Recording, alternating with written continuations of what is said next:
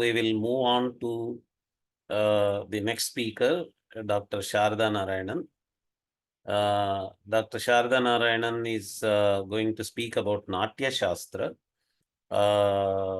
as a multidisciplinary work, and Abhinav Gupta's commentary and Abhinav Gupta's polymath ability in giving a wonderful commentary, Abhinav Bharati, to Natya Shastra. She is the assistant professor in the Department of Natya at Dr. MGR Janaki College of Arts and Science for Women in Chennai. Dr. Sharda Narayanan began her Sanskrit studies during school years under Late Vidwan Chakravarthy Ananthacharya and completed Samskrita Sahitya Examinations at Sri Chamarajendra Wodeyar Sanskrit College, Bengaluru. After B.Sc from Mpunt Carmel College and M.Sc in physics, she completed MA in Sanskrit from Bangalore University. Having taught physics at Mount Carmel College, Bengaluru briefly, she went on to completing Ph.D. in Special Center for Sanskrit Studies, Jawaharlal Nehru University, New Delhi. Her topic being Vakyapadiya of Bhartrhari. She has been teaching Sanskrit language, Indian philosophy, and Natya Shastra at Dr. MGR Janaki College for Women, Chennai since 2012. She has presented many papers at national and international seminars, including World Sanskrit Conferences at Edinburgh, Bangkok, and Vancouver, Bhopal Lit Fest, etc. She has participated as faculty for workshops on arbitration and conflict management conducted by Shastra University to present Indian perspectives on cognition and conflict. Several research papers on Sanskrit studies have been published in university journals, as also a number of books on philosophy and literature.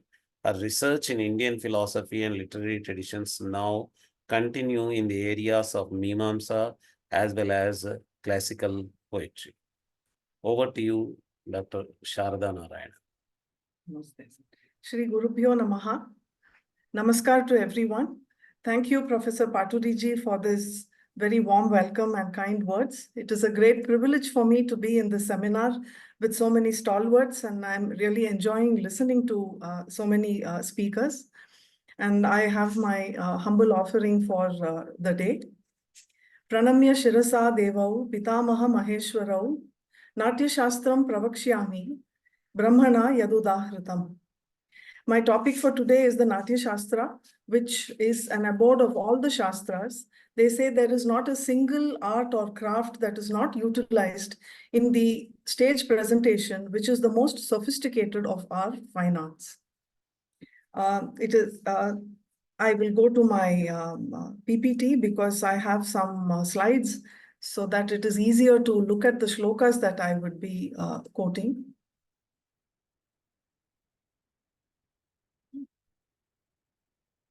It should go to the first slide. Yes, now it's okay. Yes, thank you. The Natya Shastra, we know, is of 36 chapters covering a very wide range of topics. We all know the focus on music and dance, that is well known, but it also contains a lot of practical information on construction of the stage, the purpose and significance of drama, which is amazing that over 2000 years ago, they had such modern ideas. And even today, we can find that the purpose and significance that is stated there is relevant to the contemporary society also. They go into details of construction of theater building with measurements, materials used, stage decorations, the props, the costumes, and all aspects of technique in acting. And the music, dance, and lyrics and poetry are dealt with in great detail. The origin of Natya, it is a very vast work, and we have to by necessity focus on only a few points. So I will look at the main purpose of Natya that is mentioned here. Sarva Shastrartha Sampannam, Sarva Shilpa Pradarshanam, Natyakhyam Panchamam Vedam, Setihasam Karomyaham. So the Devas went to Brahma and asked for a Natya, asked for something that would help them, to help all kinds of people, something more than what the knowledge of the Vedas had to offer. So these are the words of Brahma that he replies to them. And then he took the best of everything from the 4 Vedas. He says he will create Natya Veda that has the best of everything, distilling all the arts and crafts found in the world. Jagraha Patyam Rigvedat Samabhyo Gitamevacha Yajurvedad Abhinayan Rasan Artharvanadapi Vedopavedaihi Sambaddho Natya Vedo Mahatmana Evam Bhagavata Srishto Brahmana Sarvavedina. So he took the best of from the 4 Vedas, the music, the gestures, the poetry, and the bhavas from the 4 Vedas, and created the 5th Veda. And what kind of Veda that was? It had so much of variety. Kvachit dharma, kvachit krida, kvachit artha, kvachit shamaha, kvachit hasyam, kvachit yuddham, kvachit kama, kvachit vadaha. So the great variety in entertainment. Kvachit dharma, it shows the propriety, the right way to live, the way of life that people should follow. Somewhere there is krida, there is play, there is entertainment, there is relaxation. Kvachit artaha, the prosperity and wealth. Kvachit shamaha, that is the forbearance, the serenity that is also required. And then there is humor and comedy. Kvachit yuddham. Then in the human world, there is always strife, warfare. And then there is kamaha, there is ambition, there is desire. Kvachit vadaha. Invariably, there is some killing and some murders also. Then he talks so this is to showcase the detail with which the Natya Shastra deals with so many aspects. It says, dharmo adharma pravrittanam, kamah kamopasevinam, nigraho durvinitanam, vinitanam damakriya. So the entertainment, the world of drama is to show people a wide range of activities, moods, emotions, events, but of what good are they supposed to be? They are supposed to show dharma for those who are swerving from the path of dharma, and to show desire, ambition, and achievement for those who crave that. Nigraho durvinitanam, it should show the arrest or the control of those who are ill-behaved, who have no control over themselves. The drama should show them to be overcome. Vinitanam damakriya, those who are timid, those who are humble, they should know what it is to control. Klibanam dharshya karanam, those who are weak and cowardly, they should gain firmness of mind, body, spirit, everything.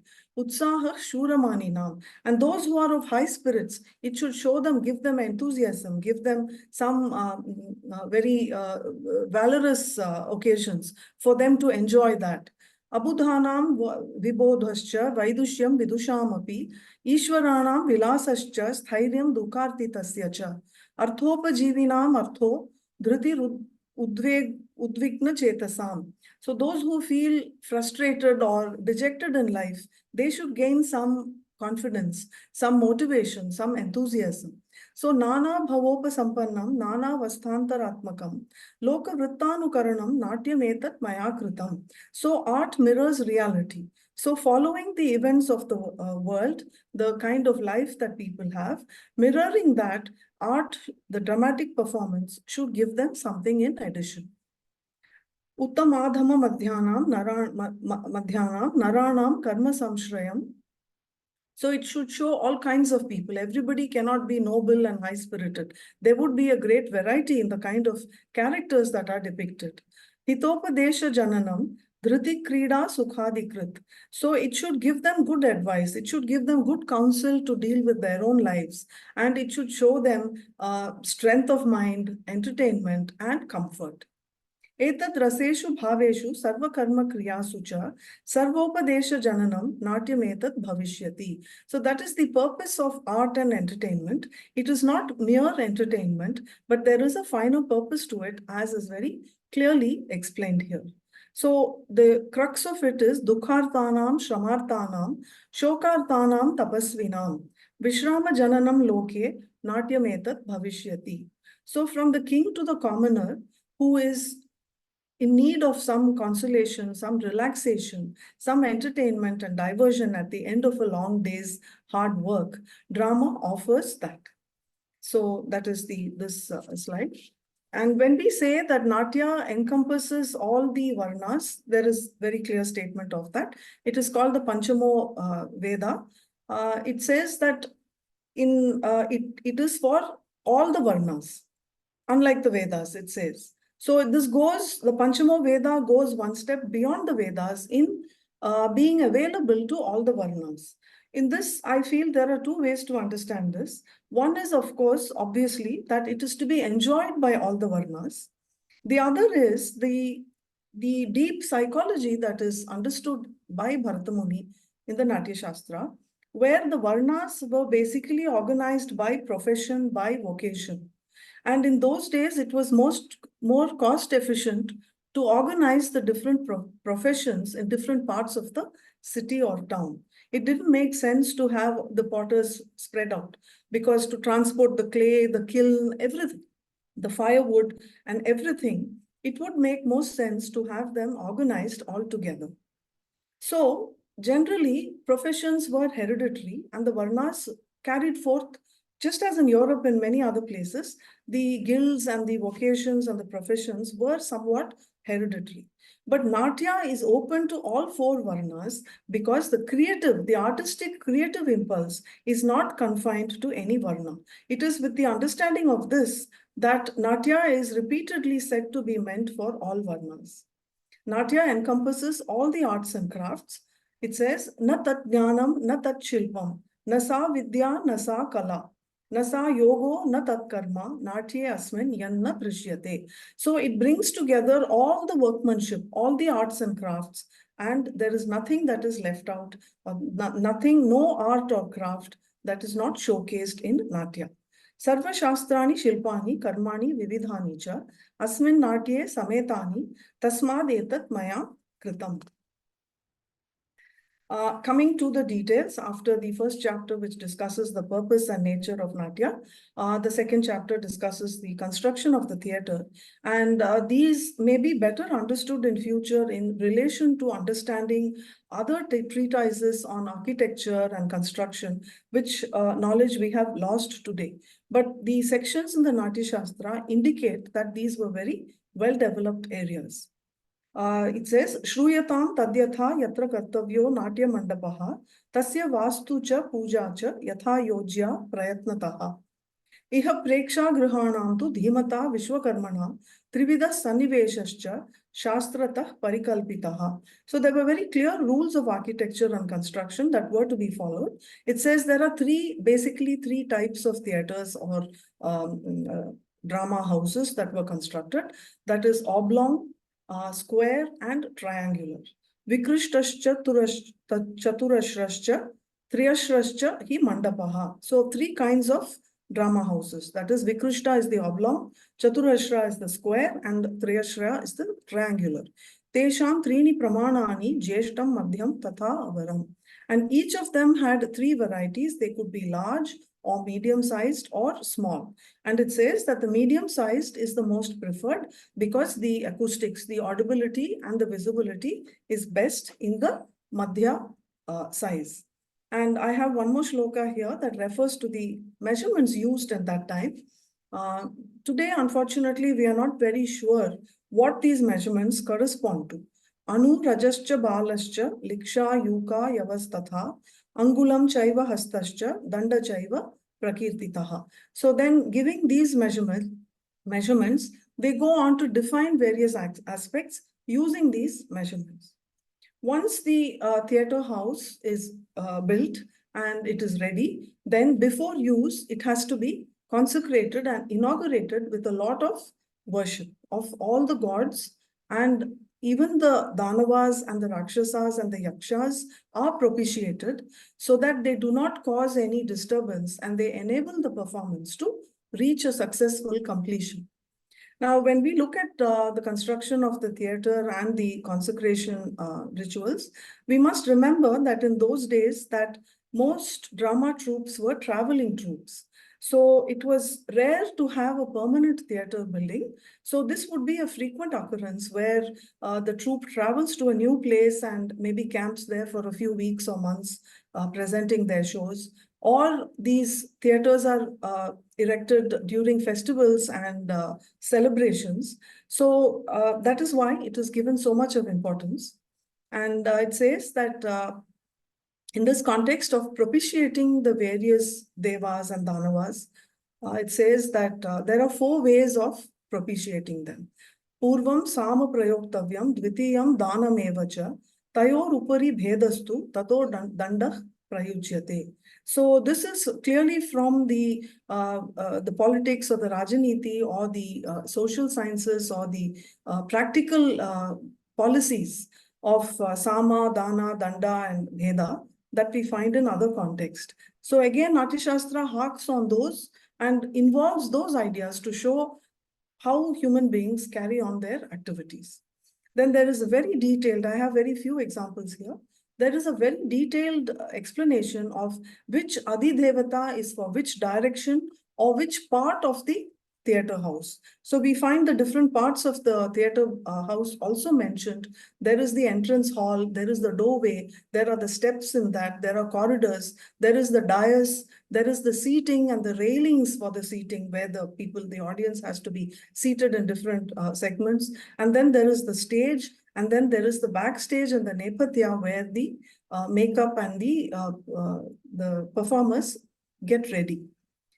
Just for an example here, the point here I wanted to make is that there is so much of mention of different foodstuffs. So they are very particular that different deities are given different type of foodstuffs. So overall, the whole array of Bali or Nevedya is very large. Druhinam Madhuparkena Payasena Saraswatim. Shiva Vishnu Mahendradhyaha Sampujya Modakairatha. Modaka is, we not sure, some people translate it as the, Modaka is like the Gujia, some people translate it as the Laddu, but we know that there are various eatables and the consistencies are also mentioned. Some are solid, some are crisp and fried, some are steamed and they are soft and solid, some are like halwas, the texture, some are liquidy. So they mention all this, and that is why there is a wide array. Gritaudanena vanhischa, somarkautu gudodanaihi. Good, that is the sweet pongal in the south. We have the white pongal and the sweet pongal with jaggery. Vishwe devaha sagandharva munayo madhupayasaihi. Yamamitrau samabhyarchyau apupair modakais tatha. Apupa is like the appam, we call it. These are the fried with batter, with either rice batter or wheat batter, which is sweetened. They are the cakes, as they are called. They mention fried cakes and steamed cakes. Pitrun Pishachanuragan Sarpik Shirena Tarpayet. Sura Mamsa Pradhanena Danavan Pratipujayet. So the Danavas and the Rakshasas are to be propitiated by offering wine and meat. Sheshan Devaganan Prajna Sapupot Kariko Danaihi. Savory items, sweet items. Matsyaischa Pishta Bhakshyascha. Eatables made of flour. Sagaran Saritas Tatha. Abhyarchya Varunaschapi Datavyo Grita Payasaha. And in another place they mention raw meat and cooked meat also for the different Rakshasas and the Yakshas. The mainstay of Natya Shastra is the Angika Abhinaya. It has a very detailed treatment over many chapters. I will not be able to go into that now. The main thing is they talk of Anga and Upanga. The Angas are the main limbs, such as the head or the arms or the legs. After categorizing like that, they go to Upangas, which go into finer details. For example, the Upanga of the head would be the eyebrows, the eyes, the lips. So there is very detailed movements that are described between charis and karanas and mandalas and angaharas. The sthanakas, I have only one example here. The sthanakas are the posture, the standing posture. 6 sthanakas are mentioned in the main. So this is the shloka that says, Vaishnavam samapadam cha, Vaishakham mandalam tatha, Pratyalidam tatha lidam, Sthanan yetani shan runam. So the Adi Devata is also mentioned in the explanation of each of the sthanakas. The Vaishnavam sthana is not symmetrical. There is one foot that is straight, one foot that is sideways. And the Samapadam is the typical Bharatanatyam stance of symmetry, pure symmetry of the body. Vaishakha Sthanaka is the Adidevata is Kumara. So when they are seated on a horse or on the peacock, then that is the Sthanaka of the legs. The Sthanakas are mainly for the legs. The Mandalam, the Adidevata is Indra. And they also give advice on which context while depicting the Devatas or in the context of war, Yuddha. So for which weapon, which sthanaka is the suitable sthanaka. Pratyalidam, tathalidam is symmetrical, whether the right foot or the left leg. And that is a little apart. It is meant to keep a little apart, and those are ascribed to Shiva, that is the Adidevata is Rudra. So violent acts, more forceful acts, that is the sthanaka that is prescribed. Now I have these slides here to show that I want to show how these classical movements of the Natya Shastra have come so much into our sculpture. The Shilpa Shastras also follow the same, with the same precision, they depict these poses, whether they are sthanakas or karanas in temple sculpture. This is an aspect we should see. And from sculpture, it has also moved into our art, painting and art depiction. The music and dance, of course, is very important in Natya Shastra. Chapter 28 onwards deals in detail with music and the swaras, the tala, the laya, the instruments of string, reed, and membrane, and also solid ones like the talam. They are described. And what is interesting here, it is an area of research. It is not well understood because musicians tell me that terminologies have changed so much that it would take a lot of effort to understand the musicology discussions in the Natya Shastra, but it is definitely the basis of our classical music. And there are connections which I believe will be coming forth in the coming years with more research going into this. One thing we can see straight away is when they describe the swaras, it is not the voice that is described first. It is the strings which are described first. Incidentally, in the Tamil tradition also, I was looking at the Panchamarabu with another friend of mine. There also they start with string and then only go to voice. Now the reason is this, that it is not a random thing, because we know that there were so many instruments that were constructed and designed across the land. And we have musical pillars in temples where the different pillars, if you hit them, they sound the different note. So how did this happen? It is not a random arrangement of swaras, but with the calibration of the string, the thickness of the string and the length of the string, they were very precisely calibrated.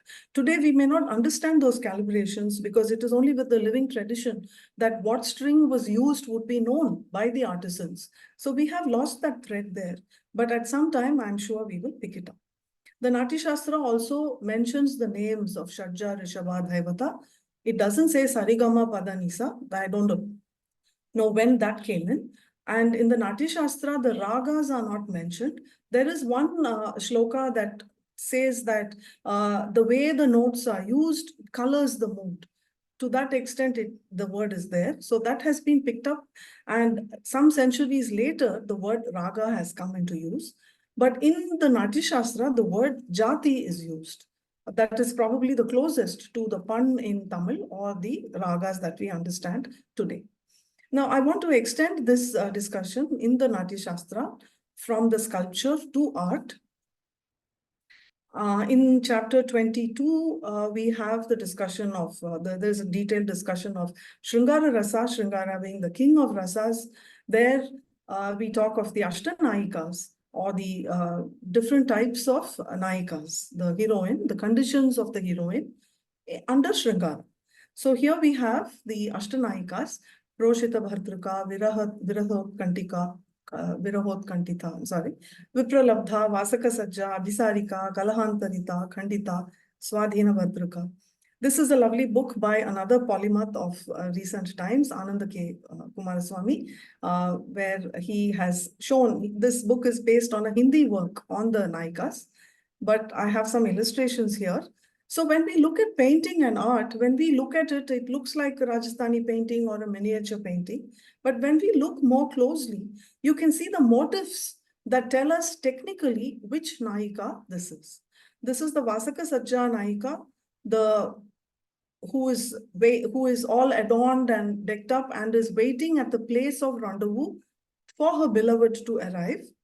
She may be at home or she may be at a place that has been fixed for rendezvous. And when she is in the garden or in the woods or in the forest, the giveaway is the bed of leaves. So the Vasaka Sajja is described as having gone there and she is waiting. And for a lady to sit in the woods is not comfortable. So invariably, she is on a bed of tender leaves or a bed of flowers. Even in the Gita Govinda, there is frequent mention of all these technical motifs that classify that Naika as per the Natya Shastra. So from drama, we come to art also with the same ideas continuing. This is the Abhisarika who sets out to meet her beloved.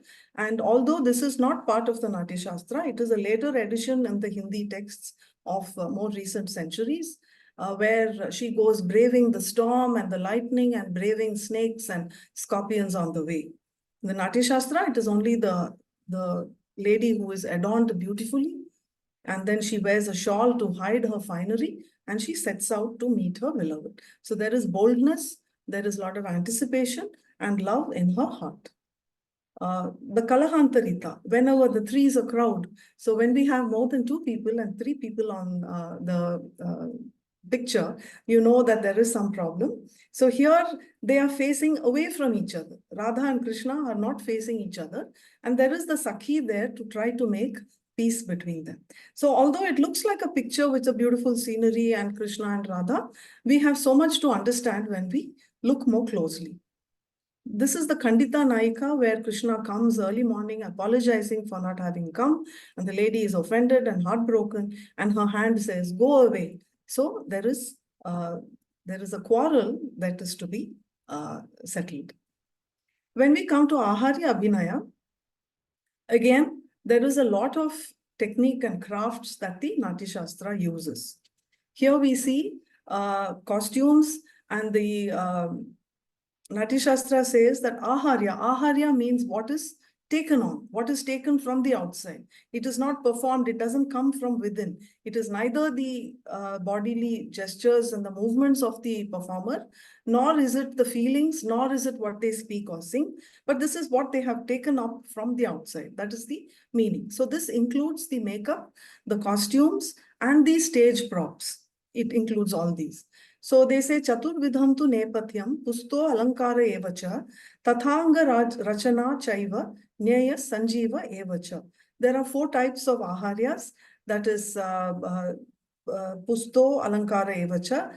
That is the Angarachana is the paint used on the body for the face and the arms and legs.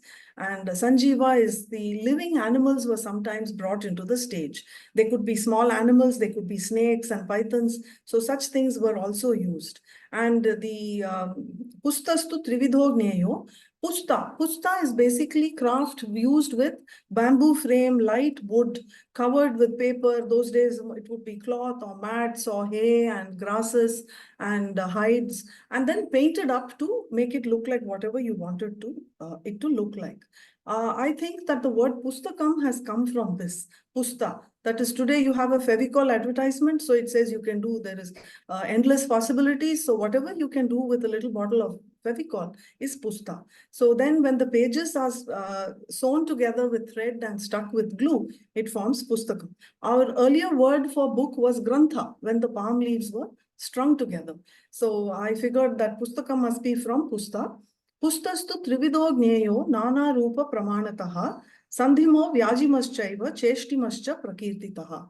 So this craft of pusta had 3 types. Sandhimo is what was constructed or put together. Vyajima is something that simply represents something. It may not look real. For example, if you have a forest, you have a few sketches of a trees, or if it's meant to represent something, but not very realistically, that was quite adequate to be Vyajima Pusta. And then Cheshti Mascha, there were moving parts also. They had some props that had moving parts. So this shows us the skill and technique behind the stage props that were used in those times. The Vacika Abhinaya. Vacika Abhinaya is another large section in the Natya Shastra. When we come to Vacika Abhinaya, they begin with the phonetics, the grammar, the basic the language, the rules of language, and the Alankara Shastra, the gunas and doshas, of how to plan the dialogue and etc. And Vachika Abhinaya is not just the words, but Vachika Abhinaya is what acting or emoting the character can do using the dialogue. So then there is kaku, there is tone, intonation. The same sentence, you can say it with anger or you can say it gently. Or there are so many ways. It is obvious, I don't have to demonstrate that. So Vachika Abhinaya is what is used to convey. Abhinaya is of 4 kinds. Abhinaya means the manner in which the performance or the story is taken to the audience. And it is Angika, that is body movements. It is Vachika, which is the spoken aspect. And then it is the Aharya, which is the costume and makeup. And it is Satvika, which gives the emotions and the mood or the emotional involvement comes under the Satvika Abhinaya. In Vachika Abhinaya, prosody or chandas, as Shatavajadani Ganesh ji mentioned, it is a very intricate topic. It is not easily understood. And Bharata Muni explains this in great detail. He says that prosody is basically this. A pada is 1/4 of a verse. So we have 4 padas in a verse. We have 2 lines. Each line has 2 padas. So 1/4 is the pada. Now, whether the pada has 1 syllable or up to 26 syllables, 1 syllable, 2, 3, 4, he goes into each one of them. There is a name for it, there is a group, and then how do we understand the vritta or the meter? Now, how can we have a verse with a single syllable for in the pada? I have an example here. So if you have ta, thai, tat, thai, that is used in Natuangam and the Tala. So that forms a single syllable. This is just for an example. There are many more. You can understand that they could be made of words or they could be made of rhythmic sounds, but we are only looking at the rhythmic pattern here. So he describes the chandas. Now, what is the pattern? How are they different? We have 2 kinds of varnas or syllables, guru and lagu. Guru is the heavy syllable, lagu is the light syllable. Now, obviously, dirgha sounds are guru and hraswa sounds are lagu. But in addition, guru also includes diphthongs or samyuktakshara because it is finally the matra, the timing that is required. So if you have a double consonant, then it classifies as a guru shabda. In fact, in the poem, if there is a samyuktakshara, then the previous syllable is taken as guru. I have something to show this. Here, when we consider a verse with 1 to 26 syllables in each pada, the numbers are quite astronomical because then you have a combination. You can take, if you have, like here, all of them are guru. In the pada, there is only 1. So it can either be lagu or it can be guru. So that is the option. But if you have a larger number of syllables, say even 2 or 3 or 4 onwards, then some of them can be lagu, some of them can be guru. And then this is not a combination, but the arrangement, the order in which the guru and lagu appear decide the rhythm. So the numbers are really astronomical. This quotation from the Natya Shastra says, Sarvesham Chandasam Pindam Kotayo Atra Trayodasha Shatani Sapta Saptaiva Sahasrani Dashaiva Cha Tatha Shatasahasranam Dvichatvarimshat Atrahi Shadvimshatischa Vrittanam Itham Chanyat Samuchyate. So this number comes to 13 crores 42 lakhs 17,726. He says all the vrittas, the total number of vrittas is this. Of course, not all of them may be used. We must remember that. So it's actually a calculation of the permutations. If you take Anushtup, for example, it has 8 syllables in a pada. Now, one possibility is that all 8 are guru, or one possibility is that all 8 are lagu. But if you have combinations, if you have them mixed up, how many ways can we do them? So out of 8, perhaps there is only 1 lagu, or all 8 are lagu, there is 1 guru. Then that is 8p1. Then if you have 8, we have 8 syllables here. Supposing 2 are guru, all 6 are lagu. Then you get this kind of a table. And those are the numbers that I got from calculating from the permutation and combination formulas that we have learned in school. And we get such huge numbers. For example, Malati has 6 syllables in each pada. Some vrittas, the very pretty names, Malini, Vidyunmala, Shikharani, Malati, Shardula Vikridita, Ganesh ji sir also mentioned this, some of these vrittas. It is a very complicated subject. And in the Gita Govindam and other poems also, but particularly in the Gita Govindam, Jayadeva uses these names of the vritta in his poem, in his verse, and that verse will also be in that vritta. So that was his command on the language and the way he has composed. Here there is Malati Vritta as an example from the Natya Shastra. Dvitiyam Panchamam Chaiva Laghu Yatra Pratishtitam. So the second syllable and the fifth syllable will be Laghu. All else are Sheshani cha Guruni Syuhu Malati Namasa Yatha. And an example for Malati verse, Shobate Badhaya Shatpada Vidhaya Malati Malaya Manini Leelaya. So I have put the diagram below there to show the Guru and Laghu. We need to take the first 6 and then that is one pada. So he says the second and fifth will be Laghu. The all others are Guru. And then you see that the example, the verse given, follows this pattern. So that was to demonstrate, to give an idea what the Vritta is for those who are new to this subject. Now we come to Satvika Abhinaya and then the emotional states and the treatment. And that is the Rasa theory. That is known to be the first aesthetic theory in the whole world. And the Natya Shastra theory is very contemporary. It can be applied even today to any performance. And over the centuries, we have a lot of writers writing so much about this subject. We cannot talk about the Natya Shastra without mentioning Abhinavaguptacharya, one of the greatest polymaths of our tradition. There were many, and I think that in the olden days, to be a master of many Shastras was more the norm than the exception. And yet, there are certain outstanding names that rise in our minds, and Abhinavagupta is one of them. And he wrote the commentary on the entire Natya Shastra that has such a wide range of topics. Abhinavaguptacharya was a master of philosophy, the arts, and poetics. And he was able to explain the Natya Shastra so much so that today we don't understand many parts of the Natya Shastra, but for the Abhinava Bharati. So when we speak of by the 10th century, we know that the Shastra writing in India was very advanced stage. They had come to very logical, Tarkika style of writing, and the arts also joined that style of writing. So that is the kind of writing that Abhinavagupta follows. And to understand that method and to understand the topic and the style of writing, we have to be familiar with the style of Shastra. It is not enough to know the language or to know poetry, but the various allusions and the style, the Purva Paksha, the Akshepas, the Samadhana, that is the style in which Abhinavagupta writes.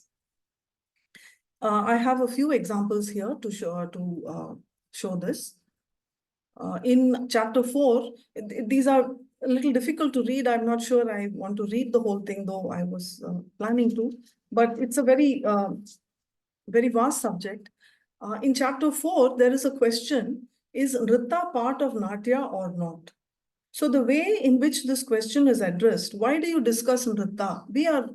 We have been discussing Natya right through. Suddenly you have brought in Nritta. Nritta comes in Tandava, and the vigorous dance is Tandava, and then the Lasya Karanas are part.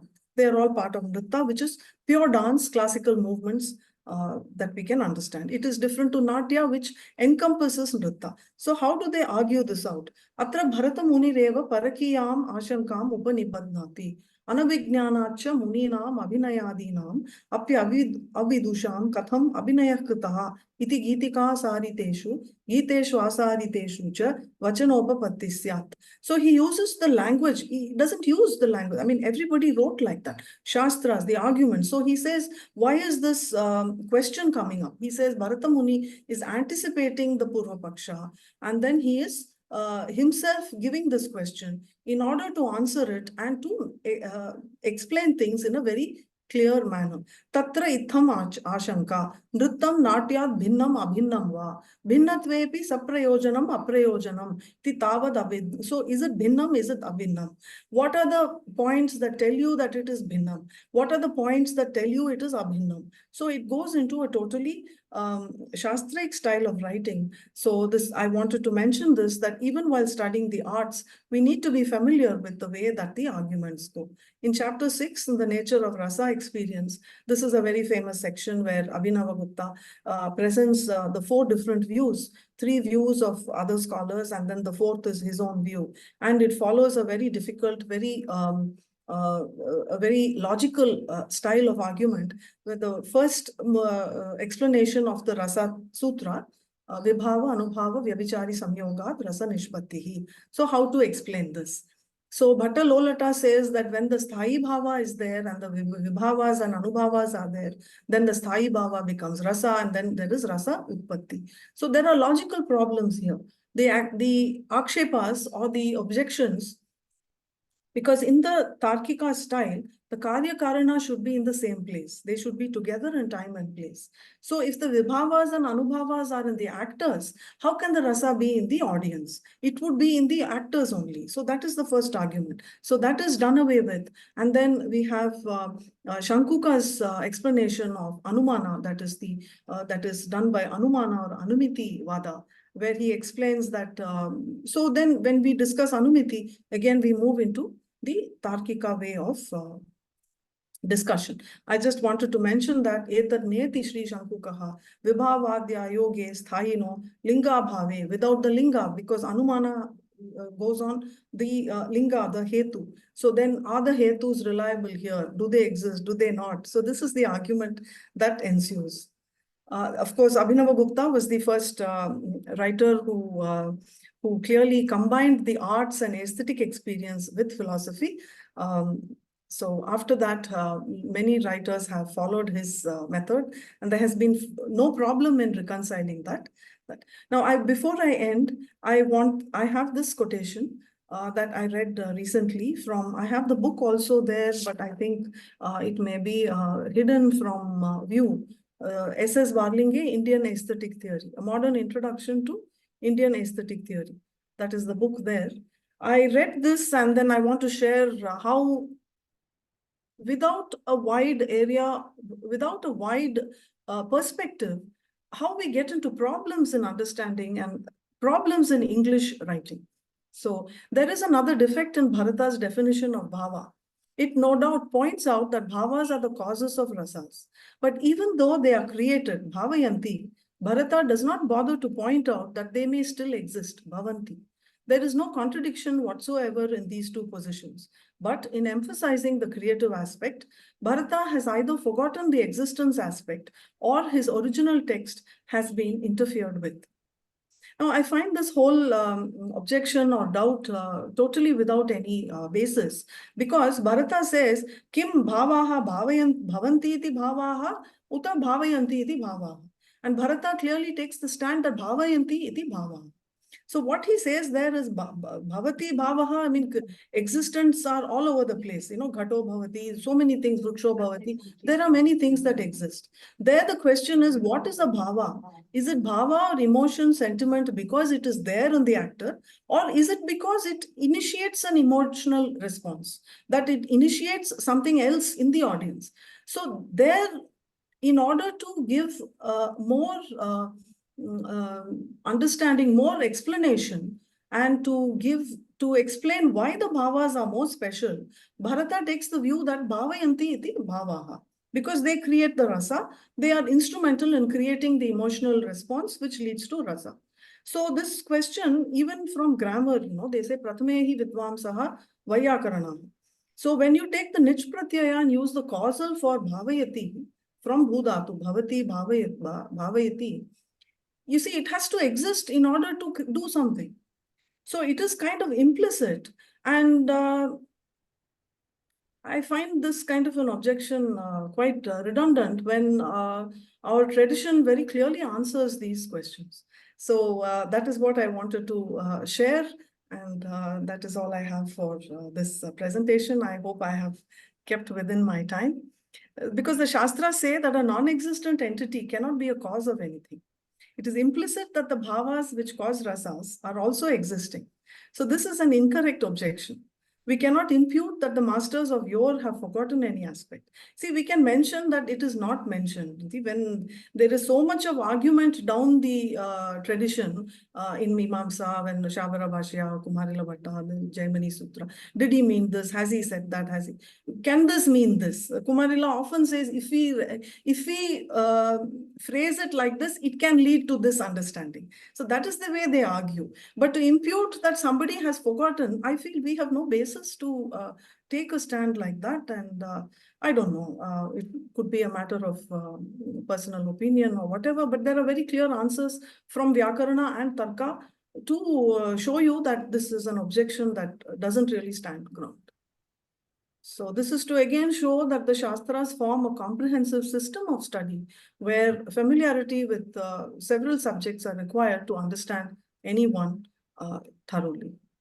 So Thank you very much. Thank you very much for this opportunity, sir. Sharda ji. That was a very comprehensive, very good, well covered coverage of multiple Shastras in Natya Shastra.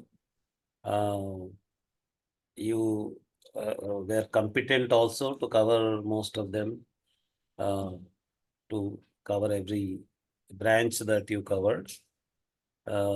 That definitely excited the audience to go further in studying Natya Shastra, in getting interested in Natya Shastra. At this point, let me announce to the audience that we are bringing out a English commentary and English translation of Natya Shastra.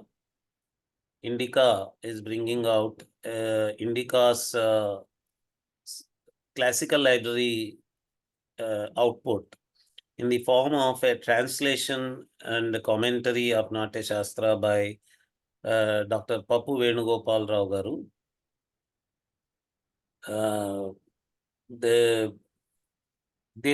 Your talk today is also a kind of lead to our launch of the book very soon. In a 10 or 15 days time, we are going to launch the book on Natya Shastra. And thank you very much. You are definitely suited to talk about this because your department itself is called Department of Natya Shastra. It's a very interesting kind of formation of a department.